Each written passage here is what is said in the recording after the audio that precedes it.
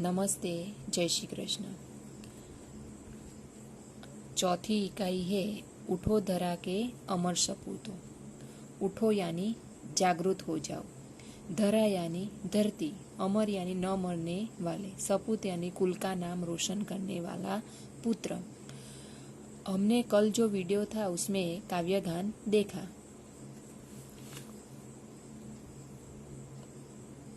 उसके कवि है द्वारिका प्रसाद माहेश्वरी। उसका परिचय भी हमने देख लिया था। तो आज हम काव्य की समझूती देखेंगे। उठो धरा के अमर सपूतों, पुनः नया निर्माण करो, जन जन के जीवन में फिर से नव स्फूर्ति नव प्राण भरो। उठो धरा के अमर सपूतों, पुनः नया निर्माण करो, जन जन के जीवन में फिर से नव स्फूर्ति नव प्राण भरो। यानी कवि कहते हैं कि हे भारत माता के अमर पुत्रों, गुलामी की रात बीत गई है और आजादी का सबेरा हुआ है।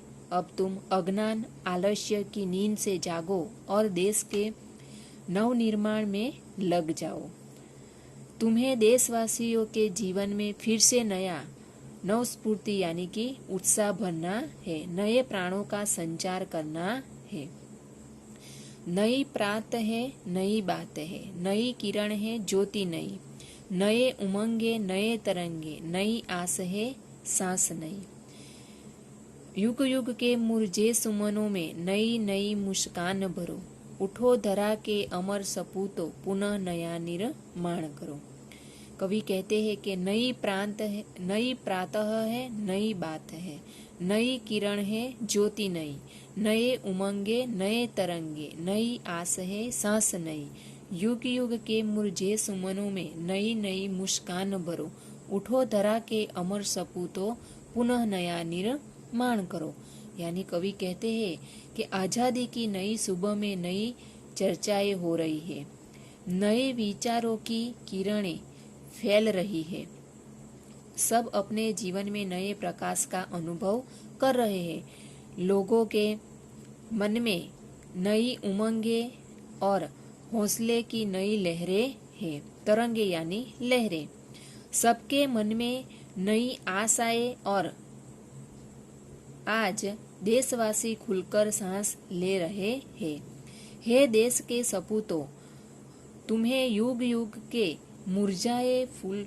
मुरझाए हुए फूलों की नई मुस्कान देनी है, उन्हें फिर से खिलाना है। उठो धरा के अमर सपूतों, पुनः नया निर्माण करो। डाल डाल पर बैठ विहंग कुछ नए स्वरों में गाते हैं। गुनगुन गुनगुन गुनगुन गुनगुन करते भमरे मस्त उधर मंडराते हैं। नवयुग की नूतन वीणा में नया राग नव गान भरो। उठो धरा के अमर सपूतों, पुनः नया निर्माण करो। डाल डाल पर बैठे विहंग कुछ नए स्वरों में गाते हैं। गुनगुन गुनगुन गुनगुन करते भमरे मस्त उधर मंडराते हैं। नवयुग की नूतन वीणा में नया राग नव गान भरो। उठो धरा के अमर सपूतों, पुनः नया निर्माण करो। यानी कवि कहते हैं कि आजादी की इस सुबह में प्रकृति भी आनंदित है। पेड़ों की डाली पर बैठे विहंग यानी पक्षियों के स्वर भी नवीनता है। वे भी जैसे खुशी का कोई गीत गा रहे हो। बागों में भंवरे गुंजार करते हुए मस्ती से मंडरा रहे हैं।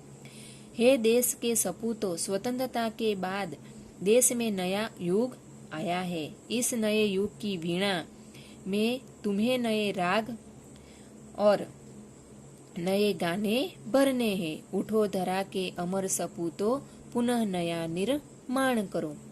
कली कली खिल रही इधर, कली कली खिल रही इधर, वह फूल फूल मुस्काया है, वह फूल फूल मुस्काया है। यानी कवि कहते हैं कि इस इधर उद्यान में यानी बगीचे में कलियां खिल रही है और प्रत्येक फूल मुस्कुरा रहा है। आगे देखें तो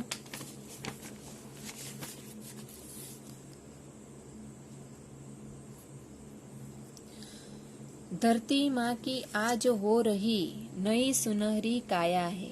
धरती माँ की आज हो रही नई सुनहरी काया है। नूतन मंगलमय ध्वनियों से गुंजित जग उद्यान करो। उठो धरा के अमर सपूतों, पुनः नया निर्माण करो।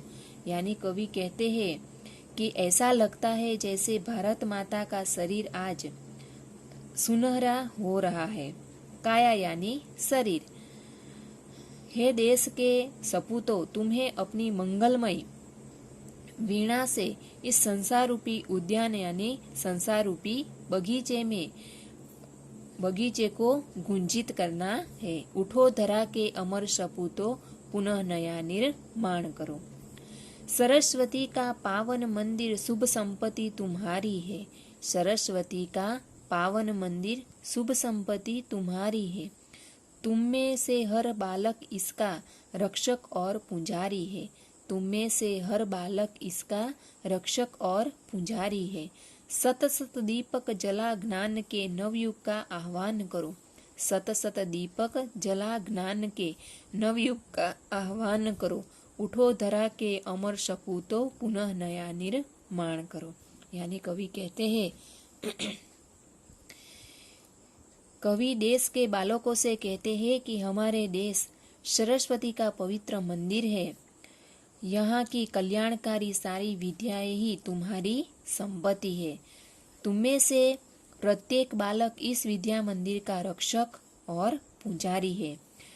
तुम्हें यहाँ ज्ञान के सत यानी 100 सैकड़ों दीपक जलाने हैं और नए युगों का आह्वान करना है।